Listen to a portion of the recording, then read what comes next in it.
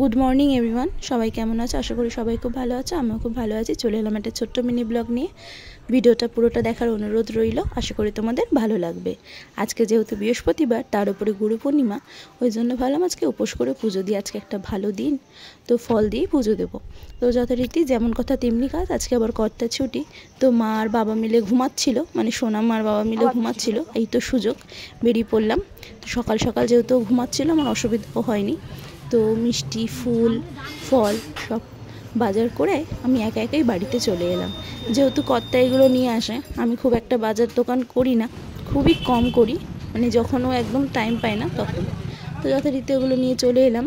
জানো তো বন্ধুরা, কদিন ধরে এতটাই নিঃশ্বাসের কষ্ট হচ্ছে, কোনো ভয়েস ওভার দিতে গেলে খুব অসুবিধা হচ্ছে। তো যাই হোক, এটা ওয়েটের থেকে না অন্য কোনো কারণ আমি ঠিক বলতে পারবো না। তো যথারীতি বাড়ি চলে এলাম এবং ঠাকুরকে সুন্দর করে সাজিয়ে গুজিয়ে পুজো দিয়ে দিলাম। তো পুজো করা কমপ্লিট। পুজো করা হয়ে গেলে মনে হয় যেন সব কিছু করে ফেললাম। তো সকালে বাসি কাজ করে চান টান করেই বেরিয়েছিলাম, তো অসুবিধা হয়নি। তো পুজো করার সময় আর ভিডিও ক্লিপ নিইনি, আর ভিডিও করে দেওয়ার মতো কেউ ছিলও না। তোমরা সবাই জানো বেশিরভাগ ভিডিও আমি একাই করি। তো এখানে পুজো দেওয়া কমপ্লিট। তো মেয়ের সাথে এসে একটুখানি খেলা করছিলাম। তো কর্তা বললো চাউমিন করে দেবে, একটু চাউমিন খাবো। ও যেহেতু এখন টানা অফিস ছিল, মাঝখানে ছুটি ছিল না, তো ওই জন্য সময় পাইনি এইসব রান্না করার। ও রুটি নিয়ে যেত, আর ওই সকালবেলা একটা হালকা টিফিন করে যেত। তো যাই না, ভাবলাম যে ও বললো যাক তাহলে চাউমিনটা করেই ফেলি। তো ওই জন্য চাউমিনটা করে ফেললাম।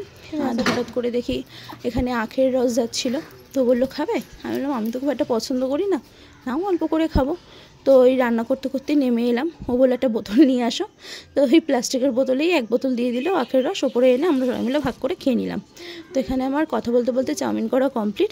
ও আবার নিরামিষ চাউমিনে একটু সয়াবিন চায়। আজকে যেহেতু নিরামিষ হবে, যেহেতু বাড়িতে একটু পুজো করব নিজের মতো করি আর কি, মানে যেরকম পারি আর কি। আমি তো আর তো ভালো করে পারি না, অনেক নিয়ম কানুন থাকে, তো অত নিয়ম মেনে তো পারবো না।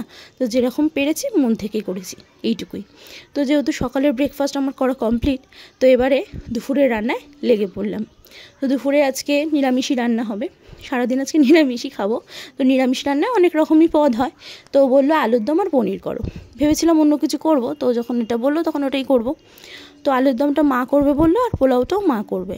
মা বললো তুই টিফিনটা করেছিস, পনিরটা করে মেয়েকে সামলা। তো ও তো খুব দুষ্টু। এবার আমার কর্তাও একটু বেরিয়েছিল, ওকে দেখার সেরকম কেউ ছিল না, দুজনেই ব্যস্ত থাকলে ওকে কে দেখবে। তো ওই কারণের জন্য ওকে একটু সামলাচ্ছিলাম। তো এখানে কথা বলতে বলতে আমার পনিরটাও হয়ে গেল। তো পনিরটা নামিয়ে আমার মেয়েকে সামলাচ্ছিলাম। তো মাঝখানের কোনো ভিডিও ক্লিপ আমি আর কি নিতে পারিনি। তো এই আর কি।